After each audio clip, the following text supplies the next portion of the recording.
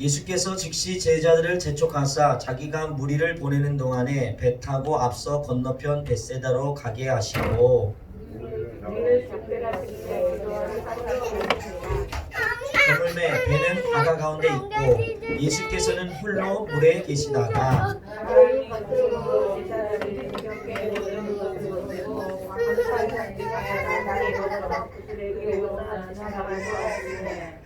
제자들이 그가 바다 위로 걸어오심을 보고 유령인가요 소리 지르니 그들이 다 예수를 보고 놀라니라. 이에 예수께서 그들에게 말씀하시되 안심하라 내니 두려워하지 말라 하시고 배에 올라 그들에게 가시니 바람이 그치는지라 제자들이 마음에 심히 놀라니 이는 그들이 또 배시는 일을 깨닫지 못하고 도리어 마음이 험해졌으니라. 건너가 게네사렛 방에 이르러 대시되고 그 온 지방으로 달려 돌아다니며 예수께서 어디 계시다는 말을 듣는 대로 병든 자를 침상째로 메고 나오니 다 같이 한번 읽겠습니다. 시작. 아무데나 예수께서 들어가시는 지방이나 도시나 마을에서 병자를 시장에 두고 예수께 그의 옷 가에라도 손을 대게 하시기를 간구하니 손을 대는 자는 다 성함을 얻으니라. 아멘. 오늘 말씀의 제목 한번 읽어볼까요? 시작. 침상째 메고 나오는 믿음. 다시 한번 시작. 침상째 메고 나오는 믿음. 네, 오늘 침상째 메고 나오는 믿음이라는 제목으로 마가복음 28번째 시간 함께 말씀을 나누겠습니다. 이런 오병이어의 기적, 앞에 있었던 오병이어의 기적은요, 이 제자들로 하여금 사람이 떡으로만 사는 것이 아니라 하나님 말씀으로 산다는 것, 그리고 또 하나님의 그 생명의 말씀으로 주신 분이 바로 예수님이시라는 것을, 그 예수님이 메시아이심을 보여주는 데 있었습니다. 할렐루야. 그리고 한 가지 더 중요하게 있다 그랬죠. 그것을 본, 그 떡을 먹는 것을 경험한 제자들로 하여금 생존이 아니라 뭘 위해 살기 위해서 예수님이 보여주셨다 그랬어요? 사명을 따르는 길을 말씀하기 위해서 예수님이 그렇게 하셨다 그랬어요. 자, 이 기적, 이 놀라운 기적을 마치신 후, 제가 그랬잖아요. 사복음서에 기적들이 많이 나오는데 동일한 것을 기록한 본문은 이 오병이어밖에 없다 그랬잖아요. 그만큼 아주 중요한, 제자들에게 있어서 예수님이 하시고자 하는 아주 중요한 게 바로 이 오병이어의 기적이 있었던 겁니다. 이 놀라운 기적을 보이신 후 예수님이 어떻게 하냐면요, 제자들을 급하게 배에 태워가지고 갈릴리 바다 저편으로 보내버리십니다. 그리고 자신은 어떻게 하냐면 산에 올라가서 홀로 기도하십니다. 우리가 지금까지 말씀을 통해서 배웠듯이 예수님이요, 기적을 일으키신 다음에 하셨던 동일한 행동이 있어요. 그게 뭐냐면, 기적을 일으키면 사람들이 막 환호하거든요. 그리고 막 예수님을 막 어떻게든 자신들이 소유하려고 할 때 예수님이 그 사람들의 환호의 자리, 인기의 자리를 예수님이 다 박차고 나오십니다. 그죠? 그게 지금 1장부터 예수님이 기적을 일으키는 곳마다 나타난 특징 중에 하나예요. 왜냐하면 예수님이 기적을 베푸신 이유는요, 목적은 제가 계속 반복하지만 자기의 인기나 자기가 세상의 왕이 되기 위해서 오신 게 아니기 때문에 세상을 구원할 구원자로 오셨기 때문이에요. 할렐루야? 자, 이처럼 오늘 본문의 시작은 사실은 이 세상이라는, 이 세상의 기대, 이 세상과 하나님의 약속이라는 아주 미묘한 줄다리기 선상에 있는 것과 같습니다. 세상에서는 이렇게 예수님을 땡기고 있다면 반대편에서 하나님은 하나님의 약속으로 지금 예수님을 땡기고 있는 것과 마찬가지예요. 제자들과 함께. 자, 본문을 보면 예수님이 제자들을 배에 태워서 보낸 시간을 해가 저물었던 시간이라고 말합니다. 그러니까 한 오후 늦은 이 정도 시간이었던 거예요. 그런데 예수님이 산에 홀로 올라가셔서 기도하시고 풍랑 가운데 제자들이 힘겹게 노를 젓고 있는 모습을 보시고 예수님이 바다 위를 건너가셔서 그 제자들을 찾아가시는 그 시간을 오늘 본문에서 뭐라면요, 사경쯤이라고 해요. 밤 사경. 이 밤 사경이 뭐냐면 새벽, 우리나라로 치면 새벽 3시에서 6시쯤입니다. 여러분, 새벽 3시에서 6시쯤은요 밤이 가장 깊을 때예요. 그리고 또한 반대로 아침이 밝아올 때입니다. 지금 그때 예수님이 제자들을 찾아서 바다 위로 걸어가신 거예요. 저는 근데 본문을 보면서 조금 이해 안 되는 게 있어요. 그게 뭐냐면 제자들이 분명히 오후에 출발했단 말이에요. 뭐 예수님 입장에서 제자들이 밤새 이 죽을 위험에 처해가지고 풍랑 때문에 막 죽을 힘을 다해서 지금 막 거기서 고생하고 있다면 예수님이 어떻게 해야 돼요? 당장이라도 가서 도와줘야 될 거 아니에요. 그래요, 안 그래요? 그렇잖아요. 그런데 예수님이 지금 밤이 새도록 고생하는 것이 그냥 기다렸다는 걸 우리가 볼 수 있어요. 오늘 본문을 이해하려면요, 45절에 재촉하다는 단어를 이해하면 되거든요. 재촉하다.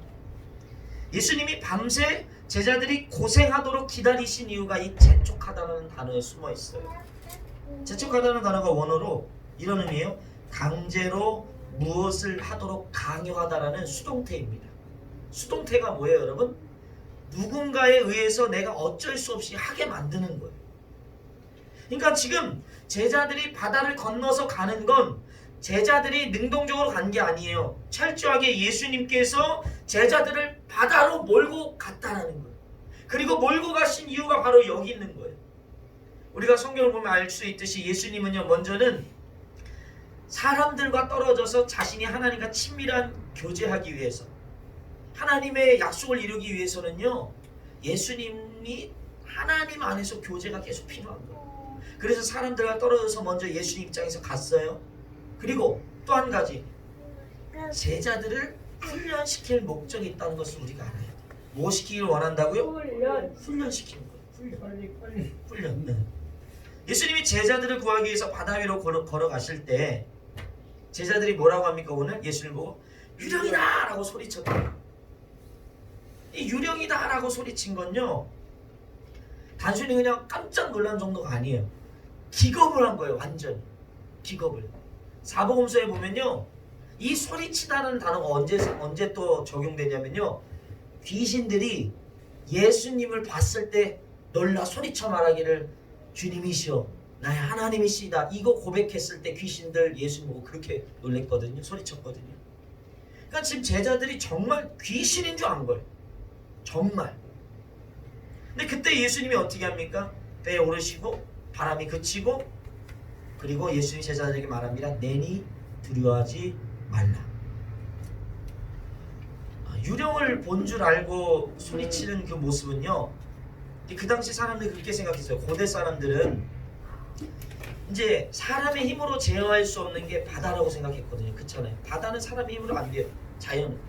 그러니까 사람의 힘으로 제어할 수 없는 바다에 반드시 바다 귀신이 산다고 믿었어요. 옛날 사람들은. 그러니까 우리가 이 이사야서나 뭐 이런 이 선지서, 그리고 우리가 읽었던 에스겔서 이런 데 보면요, 바다에 뭐 악어가 산다 그러고 이런 아주 무시무시한 얘기들이 있거든요. 그러니까 그곳에 악한 권세와 귀신들이 산다고 믿었어요. 그리고 그 귀신들이 언제 모습을 보인다고 그들이 생각했냐면 새벽이라고 그들이 생각했어요. 그러니까 제자들은 물 위로 걸어오시는 예수님을 보고 유령이라고 착각할 수도 있는 거예요. 그 당시 다 사람들이 보편적으로 생각했으니까. 근데 여기서 결국은 제자들의 민낯이 드러난 겁니다. 사실은 제자들은요, 오병이의 기적을 통해서 예수님이 생명의 떡이시고 모세를 통해 하나님이 이스라엘을 구원하셨듯이 예수님이 하나님이심을, 예수님이 모든 풍랑을 잠재울 수 있는, 기침을 하고 있는데 잠재울 수 있는 구원자이심을 그들이 깨달아야 돼요. 할렐루야. 까딱합니다. 예수님이 하나님이다. 이 공식을 오병이의 기적과 기존에 있었던, 우리가 풍랑을 잠잠케 하셨던 그 한마디로 잠잠케 하셨던 그 기적을 통해서 예수님은 이꼬르 하나님이다라는 걸 제자들이 그때 깨닫고 믿어야 돼요. 그런데 지금 제자들은 기적을 경험했지만 그 기적을 일으키실 목적을 전혀 깨닫지 못합니다. 오늘 본문에 기록되어 있지 않지만 마태는요, 그 마태복음에서 오늘 본문을 이렇게 기록해요. 예수님이 내니 두려워하지 말라라고 제자들을 위로하니까 그때 베드로가 나서죠. 뭐라고 합니까? 주여, 만일 주님이시거든 나를 명하사 물 위로 오게 하십시오라고 예수님께 요구합니다. 그러니까 예수님이 그래요. 오라. 설명할 필요 없어요. 예수님 설명 안 해요. 오라라 그래요. 그때 예수님 말씀에 베드로가 어떻게 합니까? 물 위로 걸어서 예수님께 갔다라고 성경은 말씀하고 있어요. 베드로 믿음이 있습니까? 없습니까? 믿음이 있어요, 여러분. 믿음이 있는 거예요. 그런데 성경은 베드로가 바람을 보고 무서워할 때 물에 빠져갔다라고 고백하면서요, 이런 말을 해요. 주여, 나를 구원하소서라고 소리를 지르니까 예수님이 손을 내밀어서 그를 건지시고 믿음이 작은 자여 왜 의심하느냐라고 말씀하십니다. 그리고 배에 오를 때 바람이 그쳤다라고 성경 말하고 있어요. 보세요. 이 본문에서 계속 반복되는 게 놀라다 소리치다라는 거예요. 그러니까 제자들이 베드로가 예수를 보고 놀라 소리친 이유는 예수님이 세상의 구원자이시고 하나님임을 여전히 믿지 못했기 때문입니다. 그런 제자들을 일깨우기 위해서 예수님이 하신 말씀이 그거예요. 내니 두려워하지 말라라는 거예요. 여러분 이 말씀 어디서 많이 들어보셨을 겁니다. 하나님께서 이스라엘의 출애굽을 위해서 살인을 저지르고 애굽 사람을 살인을 저지르고 광야에서 40년을 도망자로 살았던 그 모세를 부를 때 예수님이 뭐라고 했습니까? 나는 스스로 있는 자다. I am who I am이라고 그랬어요. 근데 이 나는 스스로 있는 자라는 이 말이 바로 예수님이 하신 내니 두려워하지 말라. 내니 이 말이 바로 나는 스스로 있는 자와 동일한 말이에요. 그러니까 예수님이 뭘 말하는 거예요? 광야에서 너희를 구원했던 그 전능하신 하나님이 스스로 있는 자인 것처럼 내가 바로 그 하나님이다라는 걸 제자들에게 지금 가르쳐주고 계십니다. 문제는 뭐예요? 그러나 여전히 제자들 그걸 깨닫지 못하는 거예요. 여러분, 베드로는 좀 제자들과 다를까요? 저는 오늘 베드로를 좀 집중하고 싶어요. 베드로 다를까요? 베드로는 다른 제자들보다 좀 더 믿음이 있을까요, 여러분? 제가 항상 강조하지만 믿음은 명사가 아니라 동사라는 걸 기억해야 돼요. 따라합니다. 믿음은 명사가 아니라 동사다. 결국 믿음이라는 건 관념이나 생각이나 지식이 아니라 그것을 믿음으로 순종하는 게 참 믿음입니다. 할렐루야. 그렇기 때문에 예수님께서 오라! 라고 말씀하셨을 때 예수님의 말씀 앞에 베드로가 걸어간 것은 분명 믿음이 맞습니다. 맞아요. 믿음이에요. 동사예요. 걸어간 거예요. 그러나 오늘 본문을 통해 우리는 베드로의 믿음이 온전한 믿음이 아니라는 걸 우리가 좀 깨달아야 합니다. 왜냐하면 그는 곧 바람이 부는 것을 보고 무서워 빠졌기 때문입니다. 성경에 기록되어 있지 않지만 본문을 가만히 보면 이 베드로가 물에 빠진 후에 예수님이 건져내는 그 사이에 공백이 있다는 걸 우리가 좀 생각해 봐야 돼요. 여러분 눈을 감고 한번 상상해 보세요. 제가 지금 말하는 거 한번 상상해 보세요. 눈을 감고 한번 상상해 보세요. 정확히 한번 떠올려 보세요. 잘 들어봐요. 베드로가 믿음으로 예수님께 걸어갔어요. 물 위를 걸어갔어요. 저벅 걸어갔어요. 막. 오, 대단해요. 엄청난 일이 일어나고 있는 거예요. 자, 그런데 바람이 막 불어오는 거예요. 베드로가 그 바람을 보고 무서워하니 물에 점점 빠져가는 겁니다. 물에 빠져가요. 그때 베드로가 예수님께 소리쳐요. 주여, 나를 구원하소서. 주님, 나를 구원하여 주시옵소서. 베드로가 고백할 때 예수님이 즉시 그 손을 잡고 붙드십니다. 그리고 배에 올라타요. 배에 타니까 바람이 그때서야 그칩니다. 자, 눈을 한번 떠보십시오. 여기 한번 질문해 보세요. 예수님이 물에 빠진 베드로를 건져내니까 바람이 그쳤나요? 성경을 생각해보세요. 물에 빠진 베드로를 그 자리에서 건져냈을 때 바람이 그쳤다고 성경이 말하고 있을까요? 한번 성경 보세요. 네. 물에 빠진 베드로를 건졌을 때 바람이 그치지 않았어요. 언제 그쳤냐? 배에 올라탔을 때 그쳤다. 그러면 보세요. 물에 빠진 베드로가 예수님께 건져냄을 받았을 때 지금 여러분 상상해 보세요. 베드로가 배 바로 앞에서 빠졌을까요? 저는 그렇게 생각 안 해요. 좀 걸어갔을 것 같아요. 걸어간 것 같아요. 보니까 믿음으로 걸어갔어요. 그러면 배에 빠진 베드로를 예수님이 건져낸 다음에 배 탈 때까지 무슨 일이 있었을까요? 예수님이 팔짱을 끼고 걸었든가 아니면 뭐 예수님이 들쳤고 걸었던가 무슨 일이 있던 거예요? 풍랑 가운데 결국은 함께 다시 걸었다라는 거예요. 할렐루야? 여러분 이걸 한번 생각해 봐야 돼요. 예수님이 그를 잡으니까 풍랑이 그친 게 아니란 말이에요. 여전히 문제는 있단 말이에요. 여전히 풍랑의 문제는 해결되지 않았단 말입니다. 그런데 그럼에도 불구하고 예수님이 붙들어 주실 때 베드로가 그 물을 걸어서 다시 배에 나오니 어떻게 돼요? 그때 문제가 사라진 거예요. 자, 여기 보시오. 이처럼 예수님께서 제자들을 풍랑 가운데 그 풍랑이 가득한 바다 가운데 보내신 목적이 여기 있는 거예요. 너희들이 구원받은 믿음이 무엇인지를 예수님 훈련하기 위해서. 뭐 하기 위해서요? 훈련하기 위해서. 본문을 통해서 우리가 깨달을 수 있는 구원받는 참 믿음은요. 우리 한번 따라합니다. 첫째, 믿음은 지식적 동의나 감정적 확신이 아니라 여러분 보세요. 많은 사람들이 오해하는 것 중에 한 가지가 내가 성경을 남들보다 많이 읽고 성경에 대한 지식이 많다고, 혹은 어떤 내가 감정적으로 막 격양이 되어서 막 내가 막 예수님 생각하니까 막 눈물이 나가지고 막 눈물 흘리면서 예수님께 다짐했다고 그것이 구원받는 믿음이라고 착각하는 경우들이 있습니다. 그럼 여러분 보세요. 바다로 걸어오신 예수님을 본 제자들과 베드로는요, 단순한 지식적인 동의나 감정적 확신이 믿음을 아님을 지금 여러분 우리가 깨달아요. 베드로를 보세요. 그가 얼마만큼 확신에 차 있었냐면 바다 위를 걸어갔어요. 여러분 예수님 믿으십니까? 여러분 믿으세요? 안 믿으세요? 믿으세요? 그러면 한번 인천 앞바다에 가셔가지고 예수님 믿으니까 한번 걸어보실래요? 도전이라도 할 수 있겠습니까? 그러니까 지금 베드로가 예수님을 믿어서 바다를 걸은 것 보통 믿음이 아닙니다. 사실은 보통 믿음 아니에요. 그거 대단한 믿음이에요. 그러나 결국 바람 앞에 무너져 내렸다는 사실을 기억해야 돼요.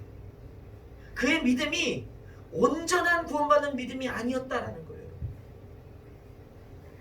베드로의 이 모습이 그날만의 실수였을까요? 아니에요, 여러분. 예수님이 신이 자기 자신이 십자가에 죽으실 것이라고 마지막으로 선포하실 때 베드로가 예수님께 어떻게 했냐면요, 모든 사람이, 여기 있는 모든 사람이 예수님 다 배신하고 버려도 나는 결단코 버리지 않겠다고 호언장담한 사람이 바로 베드로였습니다. 그러나 현실이 어땠죠, 여러분? 예수님 말씀하셔, 너 닭이 울기 전 3번 날 부인할 것이다 라고 말합니다. 베드로가 예수님 말씀처럼 닭이 울기 전 3번 예수님 부인해버립니다. 그렇습니다. 여러분 기억하십시오. 믿음은 내가 확신하는 게 아니에요.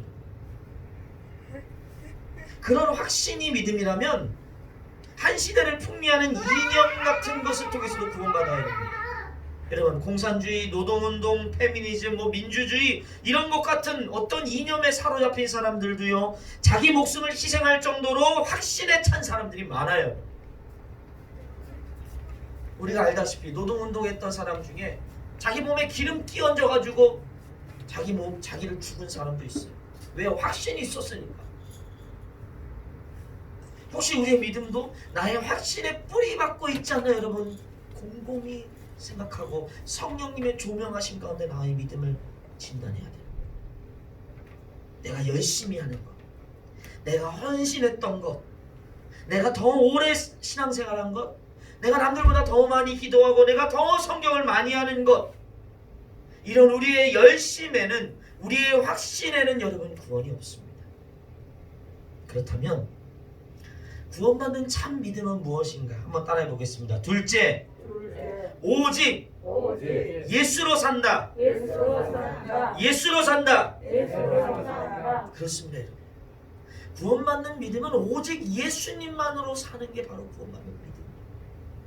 오늘날 베드로와 같은 믿음의 가장 큰 문제는 자기 자신에 대한 확신으로 인해서 자기의 의의가 결국 하나님의 의의를 대체하는 경우들이 많다는 거예요. 여러분 생각해 보세요. 과연 예수님께서는요 베드로가 물에 빠질 거 몰랐을까요? 알았을 것 같아요. 제가 느낄 때 알았어요. 물에 빠진 베드로가 건진받는 모습을 보면 알 수 있어요. 베드로는 지금 자기 확신에 가득 찬 믿음으로 예수님께 달려갔어요. 걸어갔단 말이에요. 그런데 베드로가 빠질 때 비로소 했던 고백이 뭐냐면요. 따라합니다. 주여! 따라합니다. 주여! 주여 나를 나를 구원하소서! 구원하소서. 아멘.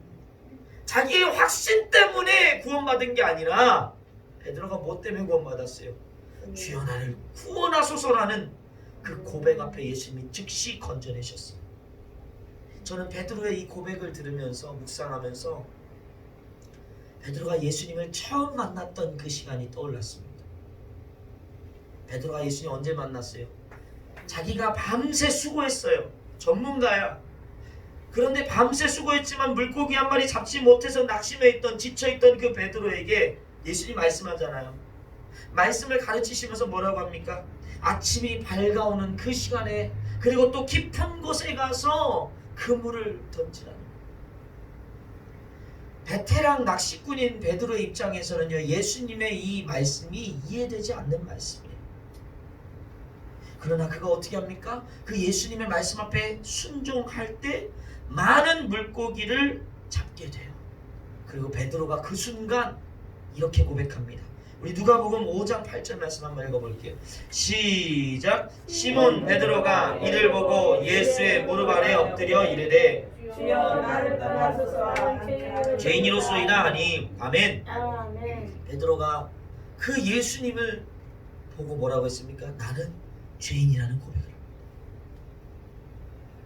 베테랑 어부라는 자기의 열심과 자기의 의를 전부 내려놓는 고백이 주여 나는 죄인이니 나를 떠나달라는 고백이었어요. 오늘 본문의 베드로도 그와 동일한 고백을 지금 하고 있는 거예요. 그렇습니다. 여러분 구원받는 참 믿음은 나의 의나 열심을 기초로 하지 않습니다. 오직 나를 구원하실 예수님만을 의지함으로 그분의 말씀에 반응하는 것이 바로 구원받는 참 믿음입니다. 베드로가 예수님의 말씀에 그물을 내린 이유를 요한은 이렇게 기록합니다. 누가는 이렇게 기록해 한번 읽어볼게요. 시작. 시몬이 대답하여 이르되 선생님 우리들이 밤이 새도록 수고하였으되 잡은 것이 없지만은 말씀에 의지하여 내가 그물을 내리리이다 하고 아멘. 베드로가 그물을 내렸던 건 자기의 의, 자기의 경험, 자기의 느낌, 자기의 감정이 아니라 뭐였다고요? 말씀을 의지했기 때문이다.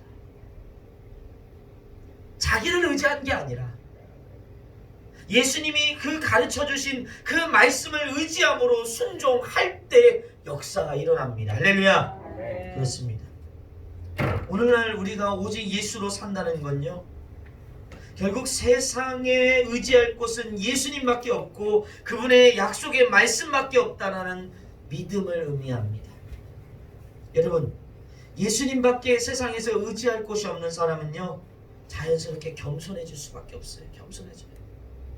세상은 말해요 요즘에 야 예수면 다냐? 믿는 사람들도 그래요. 예수님은 다냐? 사람들이 조롱해요. 믿는 사람들조차. 예수님 그렇게 의지해서 뭐 할 건데? 그러나 여러분 예수면 다라고 고백할 수밖에 없는 것이 바로 예수님으로 인해 구원받은 하나님의 자녀의 삶이에요. 세상은 풍요의 시대를 살고 있습니다. 그리고 그 풍요를 누리고 있는 우리의 믿음이 처한 가장 큰 문제는요 이 절박감을 잃어버린 데 있습니다. 절박감. 이 겸손함을 잃어버린 데 있습니다. 우리는 좀만 능력이 생기고 좀만 힘이 생기고 좀만 내가 열심히 하면 뭐만 막 있으면 베드로처럼 자기 확신과 자기 의에 사로잡힐 때가 너무나 많습니다. 오늘 본문의 마지막을 보세요. 예수님이 계시면 그곳이 어디가 됐든 병든 침상째 메고 나왔고 예수님께 옷깃만이라도 만지게 해달라고 간청할 때 모두 병이 낫는 기적을 경험합니다. 할렐루야. 아멘. 여러분 생각해 보세요. 침상째 메고 나오는 게 그게 여러분 이게 뭐 정신 나간 사람이 아니면 할 일이겠습니까? 예수님이 계신 곳이라면 침상째 메고 나온다는 게 여러분 이게 정상적인 사고를 하고 있다면 가능하겠습니까? 그들이 왜 그런 일을 했습니까? 의지할 분이 예수님밖에 없었기 때문에. 도저히 내 인생의 이 문제를 해결할 분이 예수님밖에 없다는 그 절박함과 겸손함을 가지고 예수님께 나온 거예요. 그럴 때 내 삶에 찾아온 문제가 거친 풍랑과 같다 할지라도 그것은 결코 장애물이 되지 않습니다. 할렐루야. 아멘. 기억하십시오. 주님의 은혜를 향한 우리 모습의 장애물은요, 우리 마음이에요. 우리 마음. 예수님밖에 없다는, 예수님으로만 산다는 절박함을 잃어버리는 순간, 그 믿음을 잃어버리는 순간 우리는요 결국 모든 것 잃어버리게 됩니다. 또한 기억하십시오. 자기 확신에 찬 믿음의 가장 큰 문제는 그 자기 확신과 의로 다른 사람을 정죄하고 판단하는 거예요. 성경은요 자기 확신에 가득 찬 부류의 사람들을 바리새인들로 표현할 때가 있습니다. 근데 우리가 오해하면 안 되는 게, 제가 성경의 중간사를 여러분들에게 말씀드리면서 바리새인이라는 부류의 사람들이 뭔가 부도덕하거나 범죄를 저지르고 아주 나쁜 질이 안 좋은 부류의 사람이 아니라고 여러분에게 설명드렸어요. 그들은 누구보다 하나님을 사랑하려고 노력했던 사람들이었습니다. 그런데 예수님은 그들을 향해 뭐라고 했습니까? 당시에 입에 담을 수 없는 욕으로 그들을 정죄하셨습니다. 그리고 그들의 의를 깨뜨려 버리십니다. 저는 오늘 베드로의 이 실패한 모습, 이 물에 빠지는 모습을 보면서요 사실 제 모습이 떠올랐어요. 제 모습이.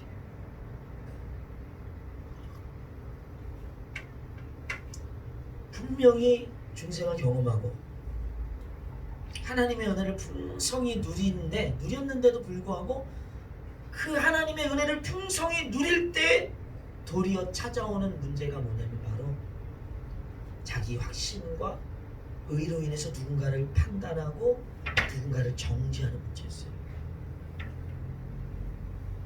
제가 대학원 다닐 때 사람들이 저한테 뭐라고 불렀냐면요, 불의 종, 불의 사자라 그랬어요. 불의 종, 불의 사자. 정말 불같이 제가 기도하고 불같이 선포하고 불같이 막 했습니다. 그런데 정말 그런 불같은 열정을 가지고 막 제가 그렇게 했음에도 불구하고 제가 지금에 와서 생각해보면 그 불같은 열정으로 했음에도 불구하고 그 당시에 제 마음 가운데 하나님의 마음을 잃어버릴 때가 많았다는 생각을 지금 합니다. 하나님 마음. 그때 돌아보면요 정말 많은 일을 했고요 큰 성과를 이뤘던 일들이 많습니다. 돌아보면 그때 사람들에게 상처를 가장 많이 준 것 같아요. 사실 사람들. 여러분 보세요. 목회자가 성도나 아니면 연약한 영혼들에게 그들의 개인의 경건 활동이나 뭔가 그들이 하나님과 친밀히 교제하기 위해서 강권적으로 말하고 그들이 잘못한 거에 대해서 선지자적 여러분 외침으로 그들에게 외치는 것 잘못된 겁니까? 잘못된 건 아니에요. 분명히 그래야 합니다. 선지자적 외침이 반드시 필요합니다. 그런데 문제는 뭐냐면 그 당시에 제 마음 가운데 하나님의 마음이 부족했다는 걸 제가 깨닫는 거예요. 선지자적 외침을 하려면 에레미야처럼 눈물을 흘리며 하나님께 자기의 목숨을 걸고 기도할 수 있어야 돼요. 이스라엘 백성을 향한 선지자적인 외침을 하려면 자기의 목숨을 걸고 자기의 목을 걸고 하나님께 그들을 불쌍히 여기며 하나님 아버지 마음으로 그들을 권면하고 그들에게 선포해야 되는데 지금에서 생각해보면요 제 마음 가운데 이런 마음이 많았던 것 같아요. 답답한 거예요. 사람들을 보면 아니 저것밖에 못하지? 왜 이렇게 못 따라오는 거야? 왜 이렇게 안 변화되는 거야? 왜 이렇게 못하는 거야? 제가 그런 마음을 많이 품었던 것 같아요. 아유, 너무 답답하다. 왜 저 정도밖에 못할까? 저는 그때 당시에 그게 거룩한 분노고 의문이라고 생각했어요. 그런데 지나고 나서 보니까요, 그게 저의 확신, 자기 확신에 찬 저의 교만한 모습이었다는 걸 제가 깨닫게 됩니다. 그런데 요즘은 좀 달라요, 여러분. 예전에도 분명 하나님을 믿었고요, 죄인됨의 고백을 날마다 했습니다. 하나님 용서해 주세요. 하나님 불쌍히 여겨주세요. 하나님, 내가 죄인입니다. 그런데 예전에 했던 고백들, 그 죄인됨의 고백들이 꼭 이런 것 같아요. 보면 죄인됨을 회개하지 않으면 하나님이 기도를 안 들어주시니까 뭔가 의무적으로 뭔가 주문을 외우듯이 하는 기도인 것처럼 느껴질 때가 많았어요. 근데 요즘 다른 거예요. 엊그저께 제가 혼자 조용히 밤에 운동을 하는데 한 사람을 위해서 기도를 계속했어요. 성령님께, 하나님 불쌍히 여겨달라고, 그 연약함을 불쌍히 여겨달라고, 그 인생의 연약함, 그 인생의 의지 없음, 그 인생을 불쌍히 여겨달라고 막 기도하는데, 옛날 같았으면 그런 기도하다 이런 생각 들었을 것 같아요. 답답하다. 근데 막 그 기도를 하는데 하나님 제게 어떤 마음을 주냐면요, 내가 그런 죄인이구나. 나는 이 사람보다 더한 죄인이구나.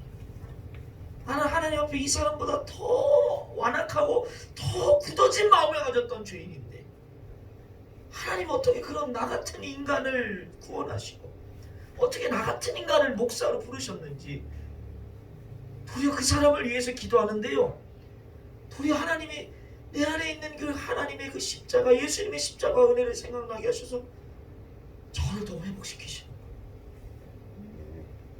그 사람을 위해서 기도했는데 그 사람이 아니라 더 제 자신이 회복되는 거예요. 할렐루야. 아픈 거예요. 막 그냥 못만족스럽고 불만족스럽고 답답해서가 아니라 그보다 더했던 나, 아니 지금도 그보다 더한 인생을 살고 있는 나란 인간의 죄악됨이 자꾸만 깨달아지니까 하나님께 더 감사하는 거예요. 그러니까 더 그 성도를 위해서 제가 막 더 기도하는 거예요. 하나님, 그런 나도 구원하시고 그런 나도 주님이 이렇게 도와주고 계시는데 도와주세요. 변화되게 해주세요. 그를 불쌍히 여겨주세요. 그러니까 제가 확실히 변화된 게 있어요. 예전에 비해, 한 10년 전에 비해서 그 불을 토했던 그때에 비하면 변화된 게 있는데, 그게 뭐냐면 잔소리가 줄었어요. 잔소리가.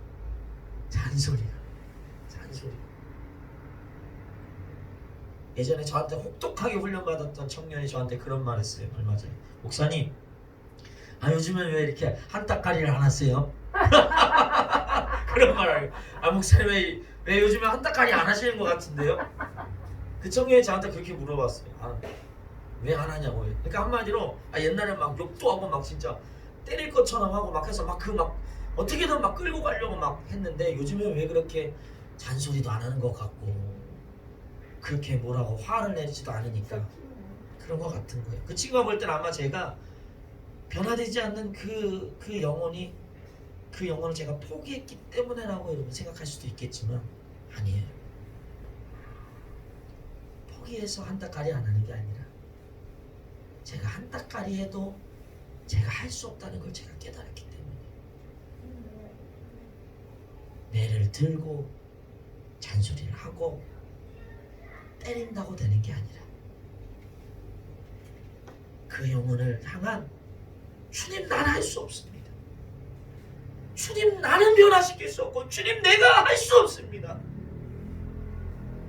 오늘 베드로의 그 고백, 물에 빠지면서 자기 확신에 져서 물을 건넜지만, 그러나 결국은 물에 빠지면서 그가 했던 그 처절한 고백, 주여 나를 구원하소서와 같은, 주님이 아니면 할 수 없다라는 그 간절한 고백, 예수님만 의지하고 은혜를 갈망할 때 예수님이 영혼을 만지시고 그 인생의 풍랑 가운데 건지실 것을 제가 조금이라도 이제 경험했기 때문인 줄 믿습니다.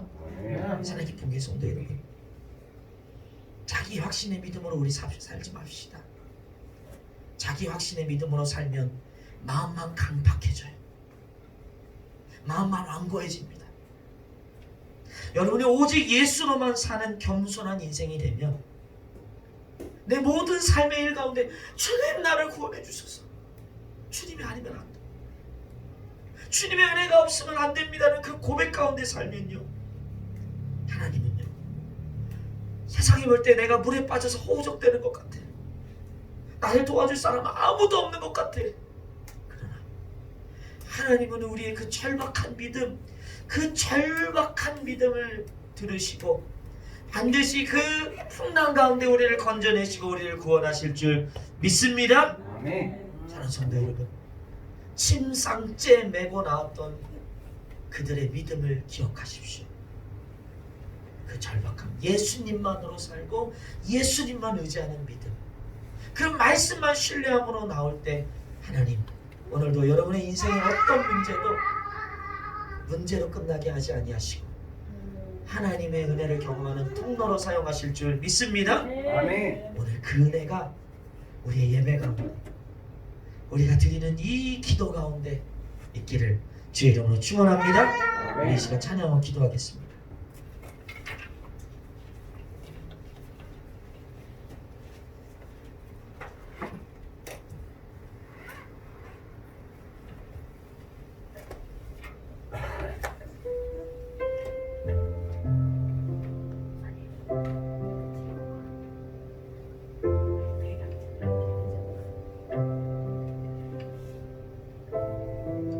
여러분, 오늘 우리가 말씀을 통해 나눴듯이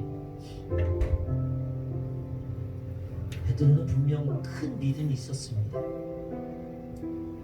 여러분, 그의 믿음을 과소평가하지 마십시오.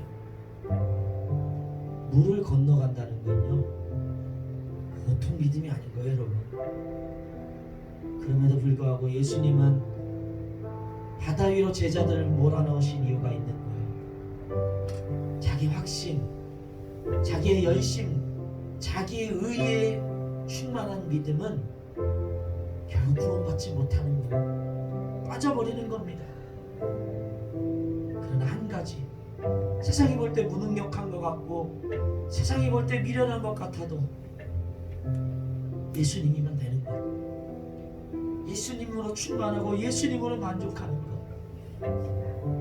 어떤 삶의 문제 앞에서도 주님 나를 구원해달라는 그 절박함, 그 겸손한 믿음으로 주님을 구할 때 주님은 여러분 인생의 어떤 풍랑 같은 문제 속에서도 여러분을 구원하시고 여러분의 가정과 자녀의 인생 가운데 날마다 놀라운 은혜를 허락하실 줄 믿습니다.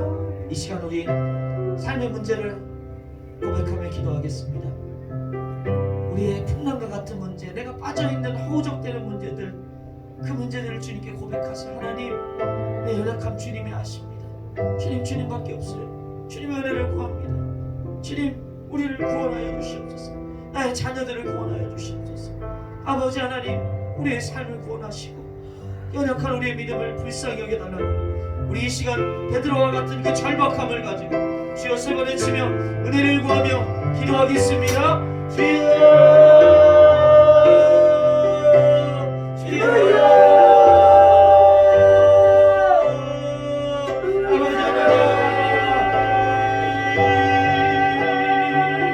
하나님, 우리를 불쌍히 여겨주시옵소서. 하나님, 우리의 믿음을 불쌍히 여겨주시옵소서.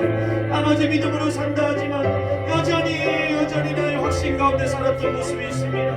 믿음으로 주님 붙든다만 하지만 여전히 나의 확신을 붙들었던 나의 연약함을 불쌍히 여겨주시옵소서. 주님, 나의 의가 가득했던 믿음을 불쌍히 여겨주시고 온전히 주님의 은혜 안에 거하게 하여 주시옵소서.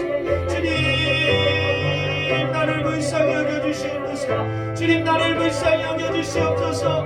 주님, 나를 불쌍히 여겨주시옵소서.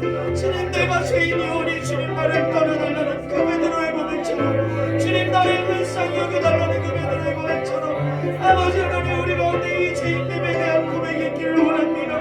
주여,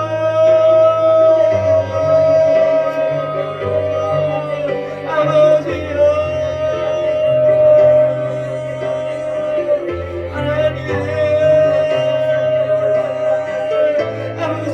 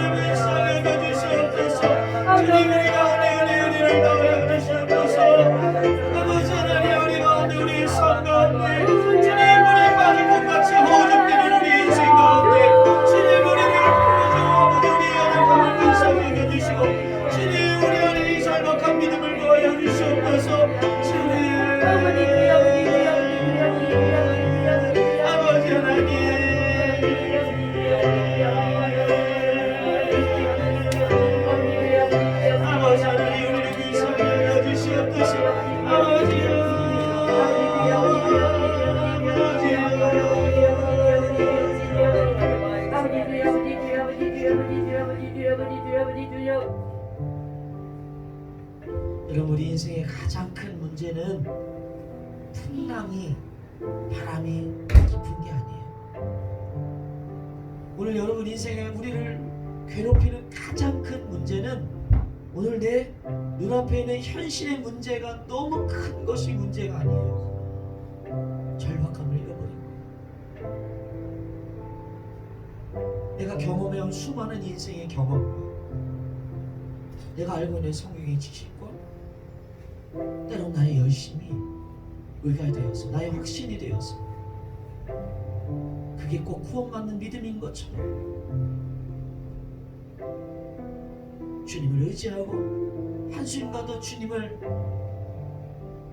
의지하는 것을 잃어버리지 않아야 되는데 자꾸만 나를 의지하고 자꾸만 내 계획과 생각을 의지할 때 그것이 내 인생의 가장 큰 문제인 겁니다. 우리 시간 다시 한번 기도하기를 원하는데요, 제가 깨달은 것처럼 제가 경험했던 것처럼 혹시 나의 의와 나의 확신 가운데 나의 열심 가운데 있었던 자기 의가 있었다면 주님만을 의지하지 못하게 만드는 내 삶에 장애물이 있었다면 이 시간 우리 회개하며 은혜를 구하기를 원하며 하나님 주님의 그 은혜로 구원받았다는 것, 주님 나에게 믿음을 주셨다는 것이 내 인생의 가장 큰 선물이 되게 하여 주시옵소서. 내 안에 다시 한번 그 십자가의 은혜, 그 십자가 사랑, 그 죄인됨이 다시 한번 영혼 깊은 곳에서부터 깨달아지는 시간 되게 하여 주시옵소서. 그것으로 말미암아 내 믿음이 다시 한번 살아있는 믿음 되게 하여 주시옵소서. 주여서 말하시며 우리 연약한 우리의 모습을 회개하며 기도하겠습니다.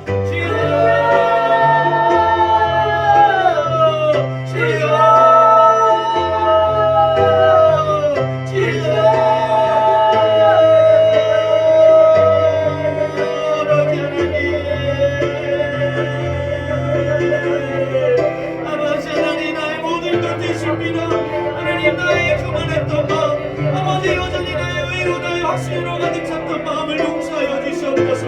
주님, 나는 남들과 다르다 말했던, 나는 남들과 다르다 생각했던 우리 안에 있었던 교만한 마음들 나의 은혜의 시간 깨뜨리게 하여 주시옵소서. 겸손한 마음으로 주님 내가 죄인입니다. 주님 내가 죄인입니다. 주님 내가 죄인입니다. 나의 연약함을 불쌍히 여겨주시옵소서.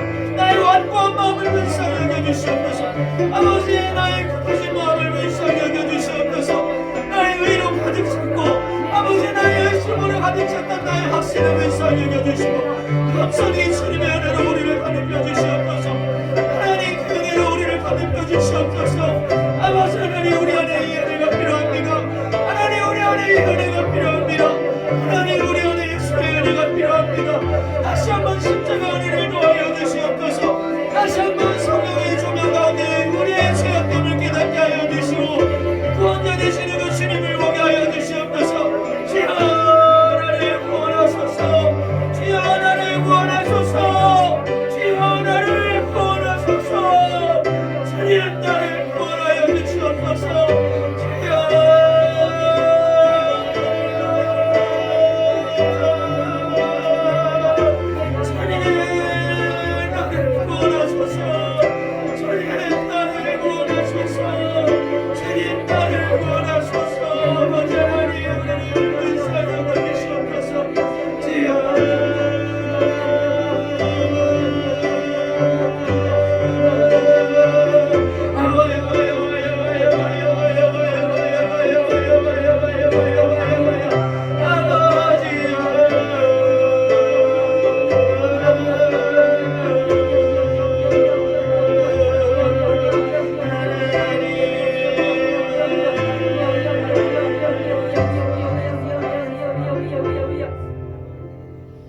우리 시간 코로나로 인해서 고통받는 우리나라와 열방을 위해 기도하겠습니다. 하나님 물에 빠진 배들을 건지신 분이에요. 그를 걷게 하시는 분입니다. 이 코로나 문제도 주님의 은혜 안에 반드시 해결될 줄 믿습니다. 코로나를 위해서 하나님 지혜자들 축복하여 주셔서 빠른 시일 내에 치료제와 백신이 나오게 기도해 주세요. 그리고 또 무엇보다 오늘 우리 교회 성도들 중에 아픈 분들이 있습니다. 지금 입원해 있는 우리 조한철 성도님 우리 아버님도 있고요. 그리고 또 우리 지금 육신의 연약함으로 고통받는 영혼들도 있습니다. 우리 그들을 위해서 하나님, 그들도 그 물에 빠진 것 같은 그 인생 가운데서 주님이 구원하여 주시옵소서. 우리의 기도에 응답하여 주시옵소서. 우리 주여 세 번 외치며 은혜를 구하면서 함께 기도하겠습니다. 주여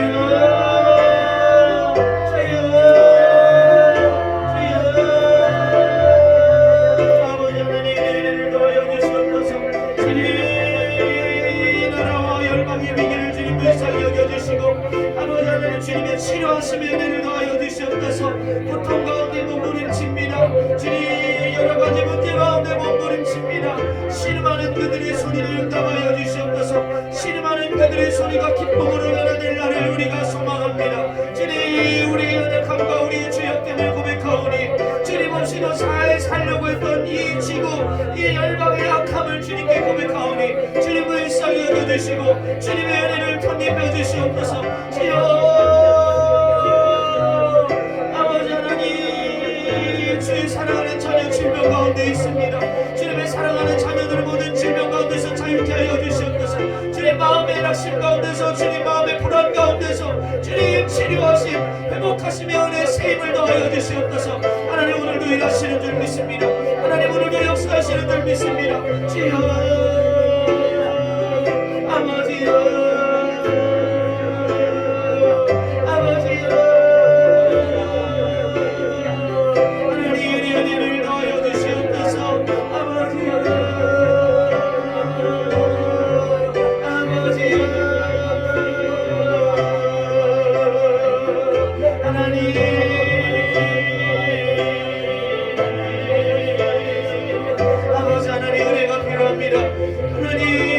하나님의 은혜가 필요합니다. 하나님 이 나라에 하나님의 은혜가 필요합니다. 하나님 우리 기쁨의 성도들 가운데 하나님 은혜가 필요합니다. 하나님 은혜를 내려주시옵소서. 주님의 은혜를 내려주시옵소서. 하나님의 은혜를 더하여 주시옵소서. 주님 신령한 복으로 위로하여 주시고 격려하여 주시고 치료하여 주시고 소망을 더하여 주시고 세임을 더하여 주시옵소서. 아버지 하나님 주여 불쌍히 여겨주시옵소서. 아버지 하나님 불쌍히 여겨주시옵소서. 하나님 불쌍히 여겨주시옵소서. 주여 주여 주여 주여 주여 주여 주여 주여 주여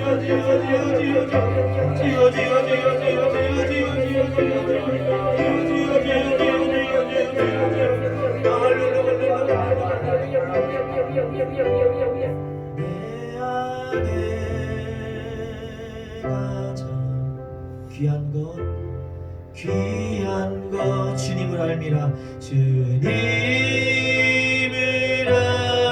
알미라. 모든 것 되시며 모든 것 되시며 의와 기쁨 되신 주 사랑합니다.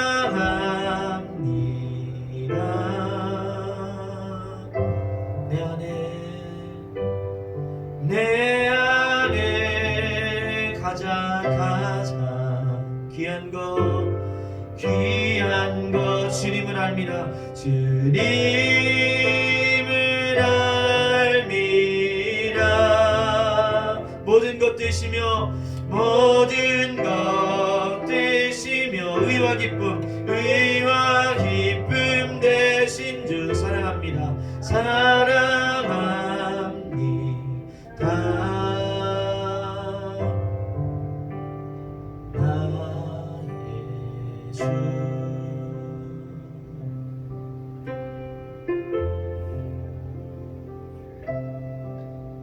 좋으신 하나님, 참 좋으신 하나님 감사합니다. 그렇습니다. 주님, 주님은 나의 주님이십니다. 주님만이 나의 주인이십니다. 바다 위를 걸었던 베드로의 그 절박한 고백처럼 나의 확신에 찬 믿음, 나의 의에 의한 믿음이 아니라 예수님 아니면 안 된다는 것, 예수님밖에 없다는 것, 그 예수님의 약속의 말씀을 믿음으로 오늘도 우리가 믿음으로 주님을 붙들고 믿음으로 주님을 찾고 믿음으로 주께 나올 때 하나님, 풍랑 가운데 빠져가는 우리 인생, 도저히 해결할 길이 없는 우리의 이 연약한 인생 가운데 하나님의 놀라운 건지심과 구원하심의 은혜 허락하실 줄 믿습니다. 사랑 기쁜 교회 우리 성도들, 그 놀라운 주님의 은혜를 경험하게 하여 주시옵소서. 지식으로 관념으로 끝나 있는 믿음 되지 않기를 원합니다. 주님을 경험하고 맛보아 알 수 있도록 성령께서 이 시간 우리 가운데 구원받는 참 믿음을 허락하여 주시옵소서. 주님, 이 자리에 연약함을 들고 온 주의 자녀들을 주님이 다 아시오니 주님, 오늘도 우리를 정죄하지 아니하시고 우리를 잘했다 칭찬하시며 우리의 손을 잡아주신 그 주님께서 우리의 연약함을 불쌍히 여겨주시고 그 약함 가운데, 그 질병 가운데, 그 문제 가운데 하나님의 은혜를 경험하는 통로 되게 하여 주시옵소서. 그 은혜를 통해 주님을 자랑하게 하여 주시고 주님만을 더 사모하고 사랑할 수 있도록 성령께서 우리의 문제를 복의 통로로, 은혜의 통로로 사용하여 주시옵소서. 이 자리에 나오지 못했지만 병상 가운데 있는 주의 자녀들을 기억하여 주시고 주님, 그들 가운데도 하나님이 함께 하시고 예수님이 손잡아 주시고 허락하여 주시옵소서. 감사하며 이 모든 기도 살아계신 예수님 이름으로 간절히 기도 올려옵나이다. 아멘. 하늘에 계신 우리 아버지의 이름을 거룩하게 하시며 아버지의 나라가 오게 하시며 아버지의 뜻이 하늘에서와 같이 땅에서도 이루어지게 하소서. 오늘 우리에게 일용할 양식을 주시고 우리가 우리에게 잘못한 사람을 용서하여 준 것 같이 우리의 죄를 용서하여 주시고 우리를 시험에 빠지지 않게 하시고 악에서 구하소서. 나라와 권능과 영광이 영원히 아버지의 것입니다. 아멘. 헌금도 안 했죠? 헌금기도 전하겠습니다. 하나님, 최영현 집사님 감사함을 드립니다. 또한 주님의 은혜 감사하며 장순희 권사님 감사함을 드립니다.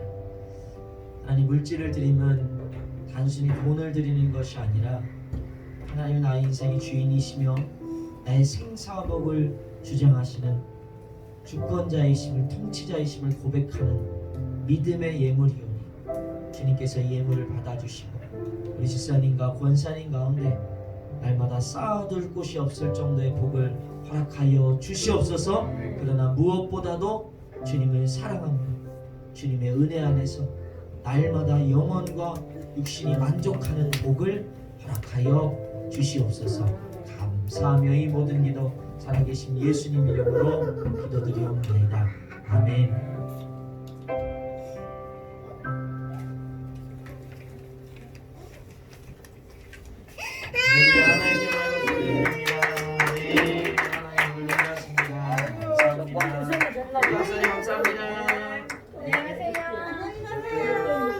우리 좀 꺼주세요.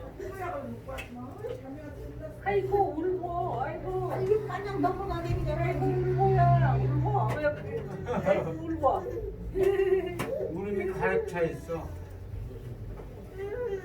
뭘 또 먹었어? 초콜릿 먹었어? 아니니? 우와. 하연이 깎아 좀 사올게. 네. 깎아 좀 사올게. 영선이 하윤이하고 하윤이. 아 이거 해야 되는데 왜? 넘어졌어요. 어디? 어디 그랬어? 누가 그랬어?